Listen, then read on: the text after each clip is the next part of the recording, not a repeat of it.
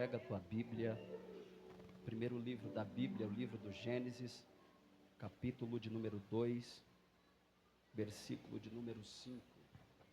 Livro do Gênesis, capítulo de número 2, versículo de número 5. Quantos irmãos procuram, quero agradecer a Deus por esta honrosa oportunidade que o Senhor tem nos concedido de estar na sua presença.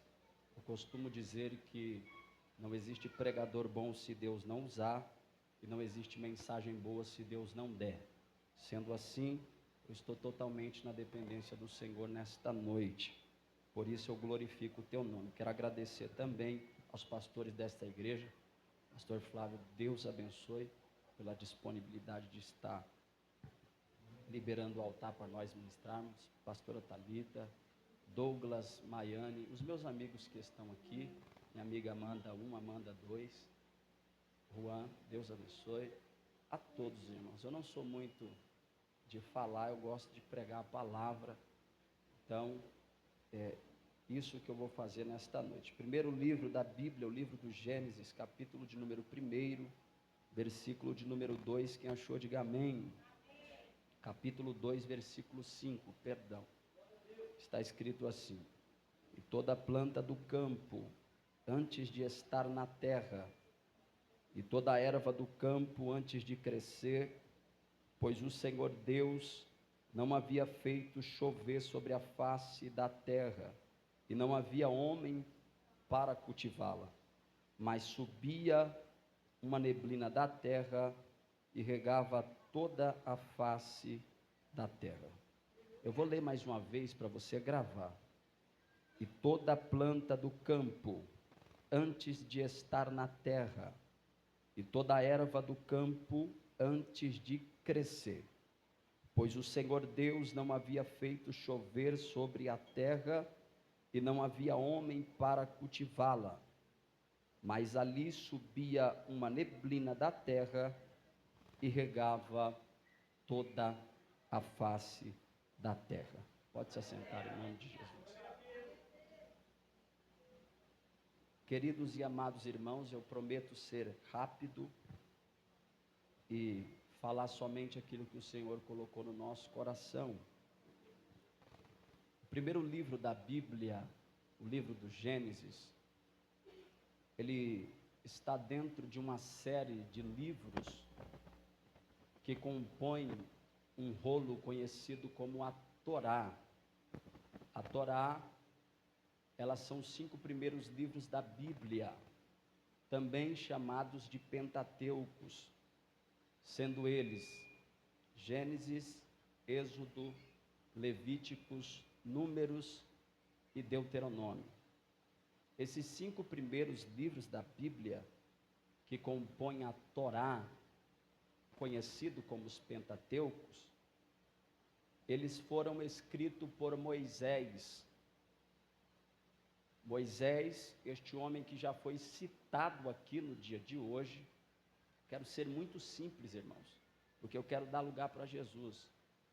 Moisés é quem escreve esses 5 primeiros livros, conhecidos como os Pentateucos. Para resumir a história deste homem, que tem um marco para a história da humanidade e também da Bíblia Sagrada, a vida de Moisés, ela pode ser definida em 3 pilares de 40 anos. Os primeiros 40 anos da vida de Moisés, ele passa no Egito, e no Egito, Moisés aprende toda a gramática. No Egito, Moisés, ele aprende toda a língua contemporânea. No Egito, Moisés aprende os seus princípios. Estes são os seus primeiros 40 anos, até porque Moisés foi cuidado pelo Egito de uma forma muito sucinta e específica. O segundo pilar de 40 anos, Moisés passa como pastor de ovelhas, cuidando das ovelhas do seu sogro Jetro. É neste episódio que Moisés ele tem um encontro com Deus do Horebe, como aqui já foi dito. E o terceiro e último pilar da vida de Moisés, ele passa guiando o povo no deserto, até a terra que o Senhor havia prometido para os seus antepassados. É bem verdade, irmãos, que no primeiro pilar, ou nos primeiros 40 anos da vida de Moisés, ele aprende toda a gramática, toda a escrita. Há quem diga que Moisés era bilíngue, falava mais de 70 idiomas diferentes. Moisés era um homem muito inteligente, e quando eu me deparei com este texto bíblico, parece que deu um nó na minha mente, porque se você fazer uma leitura pausada e interpretativa, você vai chegar à mesma conclusão que eu. No capítulo de número 2, versículo de número 5, a Bíblia vai dizer que toda a erva do campo, antes de crescer, e toda árvore antes de brotar, porque o Senhor não havia feito chover sobre a face da terra. Preste atenção. Você percebe que o escritor Moisés, ele está dando um detalhe muito importante. E que detalhe é esse, Max? Que as árvores ainda não haviam crescido, as ervas ainda não haviam brotado.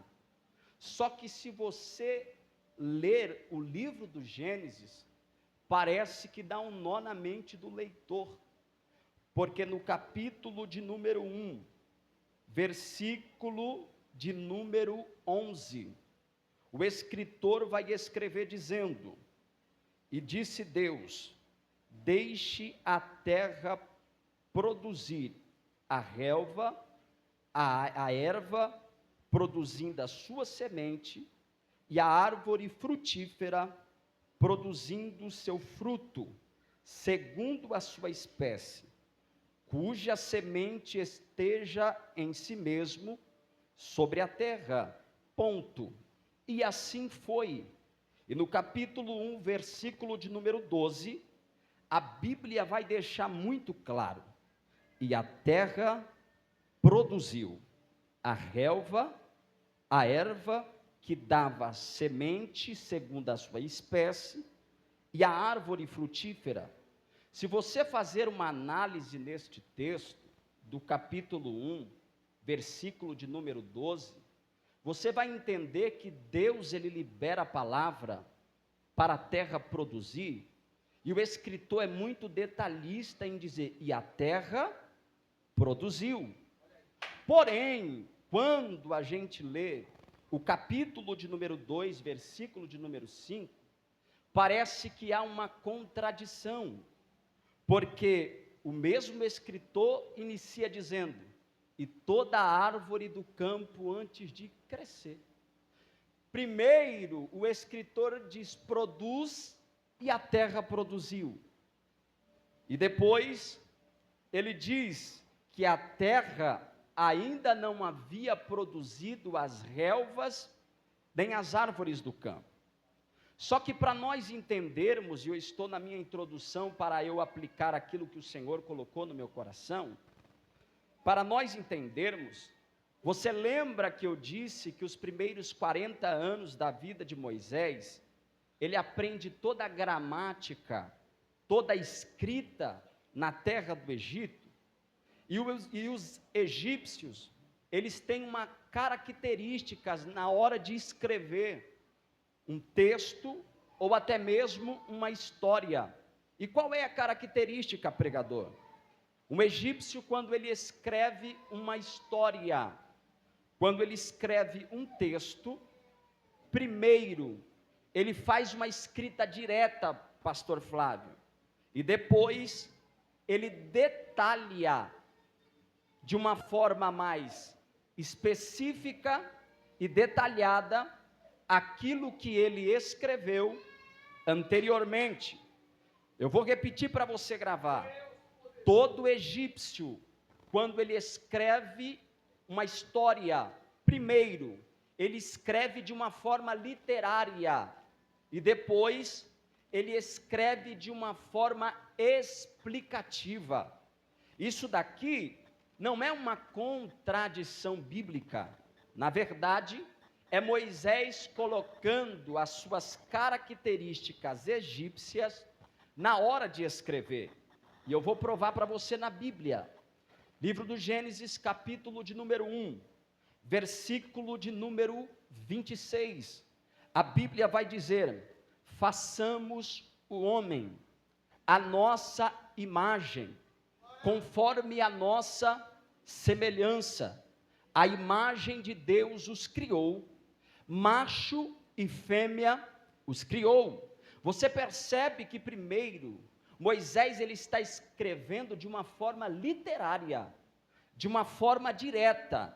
Já no capítulo de número 2, versículo de número 7, agora Moisés está detalhando aquilo que ele escreveu anteriormente. Aí vai estar escrito no capítulo 2, versículo de número 7, e o Senhor Deus formou o homem do pó da terra, e soprou em suas narinas o sopro da vida, o ruach, e o homem se tornou uma alma vivente. Você percebe que primeiro Moisés ele escreveu, depois ele detalhou aquilo que ele havia escrevido. Só que não é isso que eu quero pregar para os irmãos. O que eu quero dizer é que a Bíblia, no texto que nós lemos e pegamos como base para esta mensagem, a Bíblia vai dizer que as ervas e as árvores ainda não havia crescido sobre a face da terra, nem as árvores frutíferas, nem as relvas que nascem sobre o campo. E um porquê toma conta da nossa mente, porque Deus já havia liberado a palavra, Deus já havia dado ordem para a terra. E por que que as plantas não crescem? Por que que as árvores não dão fruto? Porque que mesmo com a palavra liberada, parece que tudo está no mundo do invisível. Só que o texto ele continua nos dizendo que o detalhe da falta de crescimento é um só. E qual é, pregador? A Bíblia diz que o Senhor ainda não havia feito chover sobre a face da terra. E você sabe muito bem que toda semente, por mais que ela seja plantada em uma terra boa, ela precisa ser regada, precisa de uma chuva para haver um crescimento, pastora. Não tem como você plantar uma semente e essa semente germinar, crescer e dar fruto, sem antes Deus fazer chover sobre a terra. E isso daqui me chamou a atenção. Por quê, pregador? Porque por muitas vezes na Bíblia, Deus comparou o homem como uma árvore. Por muitas vezes na Bíblia, Deus olhou do céu e comparou o homem como uma árvore. Salmos de número 1, versículo de número 1, verso de número 1 ao verso de número 3. O salmista vai escrever dizendo: pois será como uma árvore plantada junto ao ribeiro das águas, a qual dá o seu fruto nas estações corretas, cujas folhas não caem, e tudo quanto vos fizer, prosperará.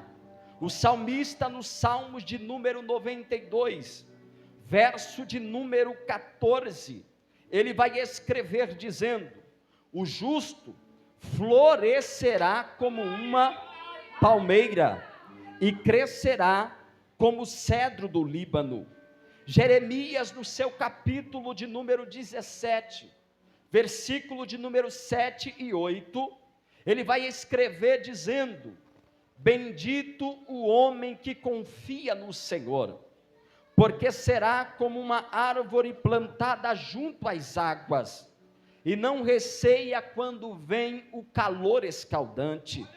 O profeta Oséias, no capítulo de número 14, ele também nos comparou como uma árvore, porque ele diz para o povo: vocês serão como o orvalho para Israel, ele florescerá também como o lírio. Mas não foi somente os profetas do Antigo Testamento que olhou para o povo de Israel, que olhou para a humanidade como uma árvore. O próprio Jesus, no Evangelho de João, no seu capítulo de número 15, verso de número 2, ele vai escrever dizendo: todo ramo que estando em mim não der fruto, será cortado, e todo ramo que der fruto, será limpo, para que assim dê mais fruto.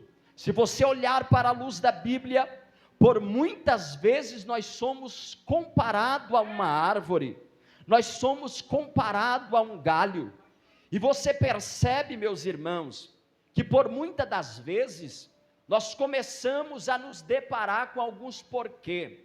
Por que que isso não acontece na minha vida? Por que que a minha família não muda? Por que que a libertação não chega na minha casa? Por quê? Só que na luz da palavra eu aprendo, se nós somos árvores diante de Deus, para nós crescermos na sua presença, Deus precisa fazer chover sobre a nossa vida. Só que o detalhe do texto é, que muita gente quer crescer, pastor, mas não quer passar pelo período da tempestade.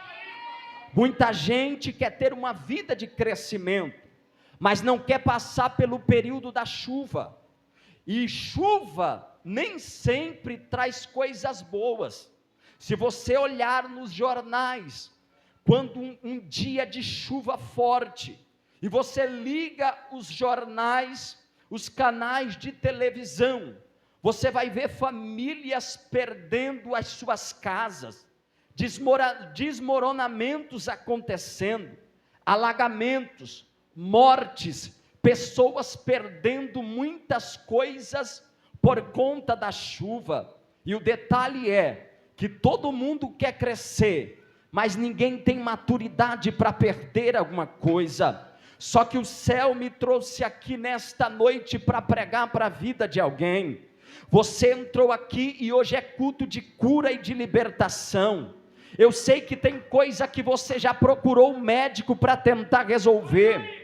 Eu sei que tem coisa que você já tentou procurar o advogado para resolver. Eu sei que tem coisa que você já procurou o pastor Flávio para tentar resolver. Eu estou pregando para mulheres aqui, que dentro de casa está uma bagunça. Tem dia que você se arruma para vir para a igreja, mas só você sabe a luta que está dentro da tua casa, só você sabe a luta que está dentro da tua família. É você colocando vestido bonito para vir para a igreja, e o seu filho colocando a roupa para ir para o baile funk. Só que Deus me trouxe aqui nesta noite, e eu não vou enrolar muito, eu já passei da minha introdução. Eu quero pregar para a vida de alguém. Hoje é culto de cura e de libertação. Eu não sei quem veio, porque culto de cura e de libertação não é culto para você ficar boiando, é culto para você entrar na comunhão, porque enquanto você está aqui, há uma guerra no mundo espiritual. Eu vou liberando e você vai pegando. Você acha que o diabo está feliz porque você se arrumou, colocou um sapato bonito, colocou uma roupa bonita, se assentou nessa cadeira estofada e está aí de mão levantada glorificando a Deus? A maior raiva do diabo, pastora Thalita, é ver este povo aqui. A casa está de cabeça para baixo, a família está de cabeça para baixo, mas a maior raiva do diabo é que você olhou para a circunstância da tua vida e você disse: a minha casa está de cabeça para baixo, mas eu vou de encontro àquele que pode resolver a solução do meu problema. Levanta a tua mão para me liberar algo da parte de Deus. Prega a Deus na minha boca. Hoje é dia de libertação para quem quer ser liberto. Hoje é dia de cura para quem quer ser curado. Mas o Senhor está pregando para a vida de alguém. Pega a ferramenta que Deus colocou na tua mão e começa a guerrear pela tua casa. Oh, aleluia! Enquanto eu estou pregando aqui, na autoridade da palavra, tem um varão de branco com a espada na mão, quebrando o arco. Agora, pega a ferramenta que Deus te deu e guerreia.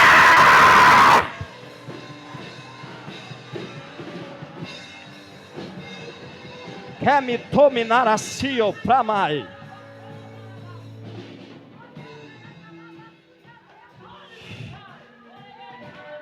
Enquanto nós estamos aqui, meu irmão, há uma guerra no mundo espiritual. O diabo queria fazer de tudo para te prender dentro de casa. O diabo queria fazer de tudo para te prender na frente da televisão. Sabe por quê? Porque o diabo não quer que a tua casa seja liberta, que a tua família seja liberta, que você seja curado. Mas o Senhor me trouxe aqui para pregar para a vida de alguém: e conhecereis a verdade, e a verdade vos libertará. Quem quer ser liberto, levanta a mão, dá um brado de glória, dá um brado de glória, dá um brado de glória.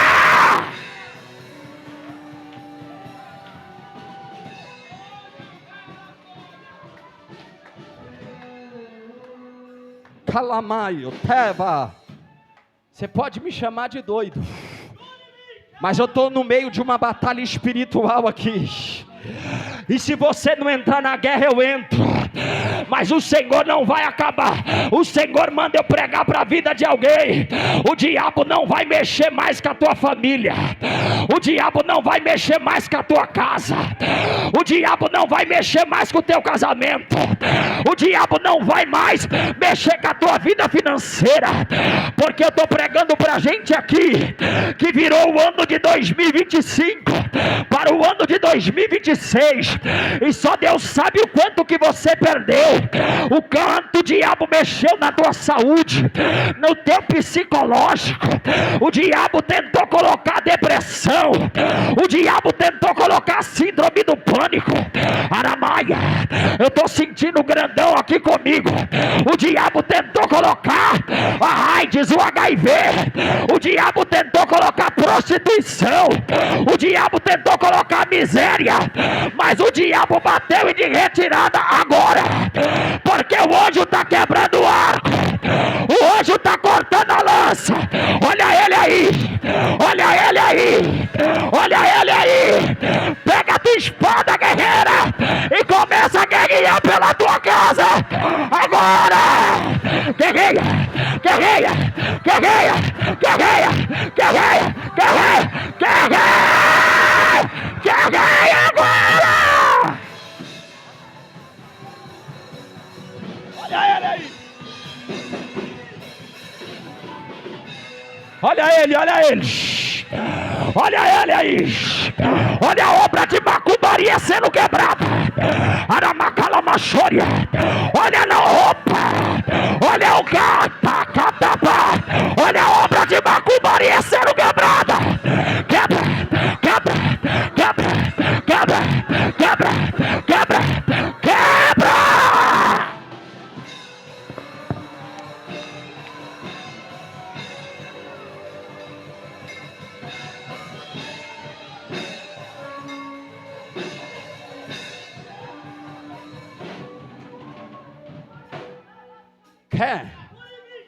Quema aquela irmã de branco, Enquanto você entrava no mistério, eu via Deus visitando a tua casa agora. Oh, Macantopemaia. Prega Deus na minha boca para a tua história. O ano de 2025 estava de cabeça para baixo, mas o ano de 2026 você ainda vai pregar esse microfone e vai declarar: eu e a minha casa serviremos ao Senhor, porque o Senhor acabou de entrar na guerra, está quebrando toda a obra.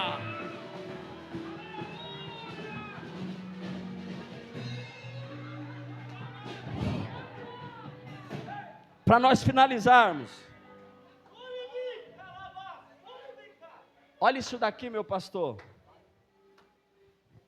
O que faltava para crescer é simples, é Deus fazer. Vamos comigo? É Deus fazer. Seu crescimento não está na mão do homem.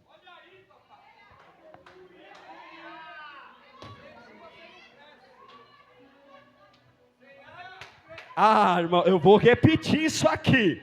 O teu crescimento não está na mão do homem. O homem pode fazer figuinhas para você não ir bem. O homem pode declarar que o câncer vai te matar.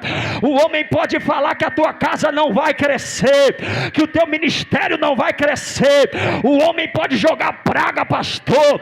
O homem, Douglas, pode fazer obra de macumbaria, pode colocar a galinha no meio da encruzilhada, mas se Deus dá a última palavra, é Deus quem vai fazer crescer. É eles. Toda palavra de maldição vai bater de retirada agora, porque a nuvem de Deus, a nuvem de Deus acabou de parar aqui nesta igreja. Aleluia. E a previsão de Deus nesta noite é que vai chover. Tudo que estava parado, levanta a tua mão. Pode descer aqui, pastora. Alaia. Prega a Deus na minha boca. Tudo que estava paralisado no mundo espiritual agora, Deus vai destravar. No glória a Deus da igreja. Tudo que estava paralisado, Deus vai fazer destravar. Tudo que não crescia vai começar a crescer. Enquanto a igreja está dando glória, a nuvem de Deus parou agora. Olha a chuva aí. Vai crescer.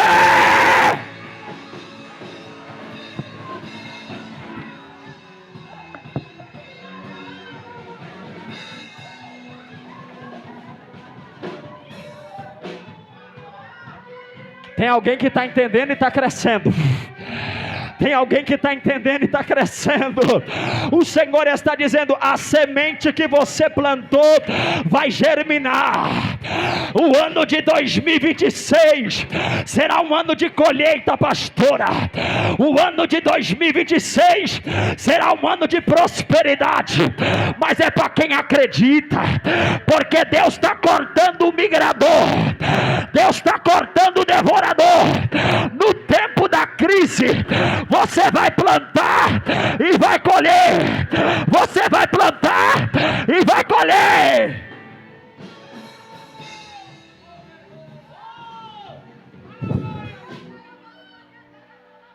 Adore aí, mostra que você é chuva de Deus nesta noite. Mostra para ele que a chuva de Deus está molhando a tua casa. Segura esse instrumento para o povo adorar. Segura. Mostra que a chuva de Deus está parando lá na... eu estou sentindo Deus aqui. Mostra que a chuva de Deus está molhando o teu celeiro. Mostra para o diabo que você não é crente de fachada, você é adorador.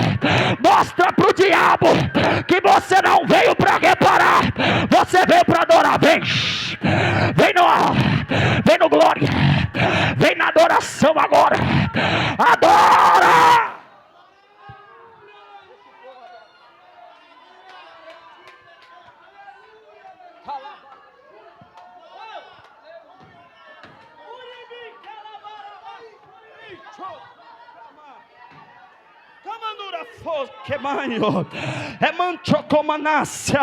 Olha a nuvem de Deus aí, igreja. Olha Deus quebrando o câncer aí, igreja. Olha Deus com a chave mestre abrindo a porta aí, igreja. Olha Deus mudando o cativeiro de crente aí, igreja.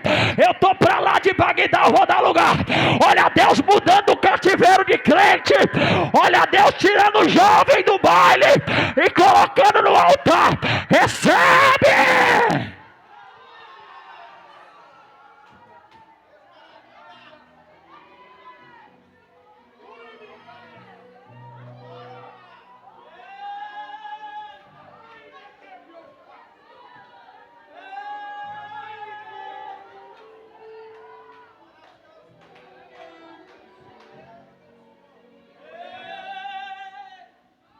A erva e as árvores não cresceu porque Deus não fez chover.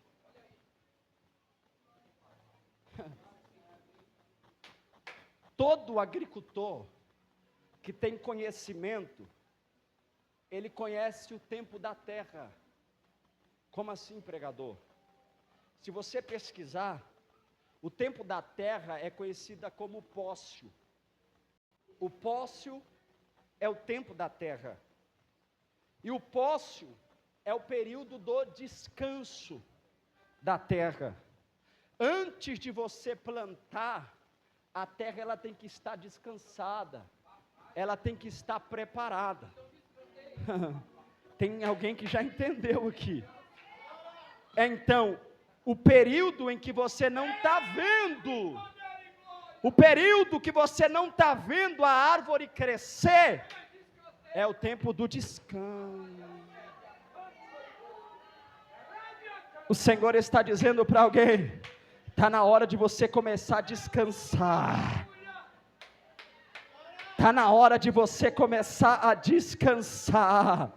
O Senhor está dizendo para alguém: enquanto você descansa, eu trabalho no mundo da impossibilidade. Enquanto você descansa, eu estou trabalhando no mundo metafísico. Enquanto você descansa, o céu está se movimentando ao favor de alguém aqui nesta noite. Para nós finalizarmos, irmãos, que eu disse que eu seria muito rápido. Olha isso daqui, meus irmãos. E pega isso, pelo amor de Deus. A planta, as relvas e as árvores não cresceram porque Deus não fez. Mas o versículo de número 6 do capítulo 2 está aqui, ó. Está aí? Olha aí. Um vapor, porém, subia e... Peraí, irmãos. Peraí, vamos raciocinar. Então, peraí. Um vapor, em outras traduções, neblina, subia da onde? E crescia. O vapor, vou repetir isso aqui. O vapor subia da terra, regava a terra, havia crescimento? Havia crescimento? Está dividido. Tem pelo menos umas 3 pessoas aqui que já pegou a visão. O vapor sobe da terra, rega, mas tem crescimento? Por quê? Porque o crescimento não está. O crescimento está no... Sabe qual que é o nosso maior problema?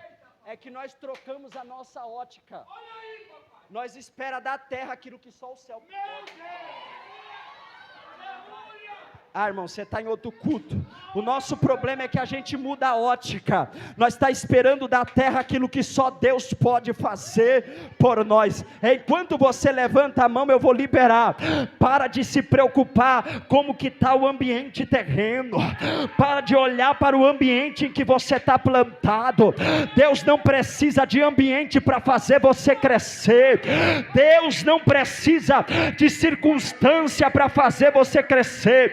O governo pode estar quebrado, o país pode estar quebrado, mas Deus tem a autoridade para levantar empresário na terra e fazer prosperar, porque Deus não precisa da terra, é a terra que precisa de Deus. Eu vou liberar isso aqui de novo.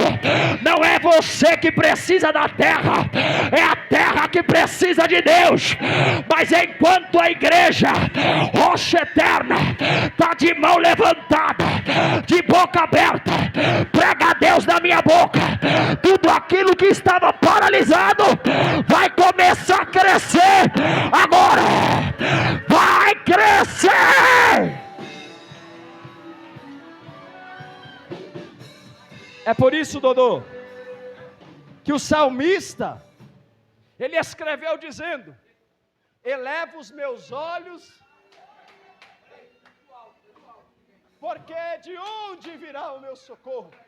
É uma pergunta retórica, ele mesmo responde: o meu socorro vem, que fez, primeiro ele fez, e depois, é lógica, não é a terra que depende do céu, ao contrário, não é o céu que depende da terra, é a terra que depende do céu. Eu vou repetir isso aqui: não é o céu que depende da terra, é a terra que depende do céu. Se coloca de pé.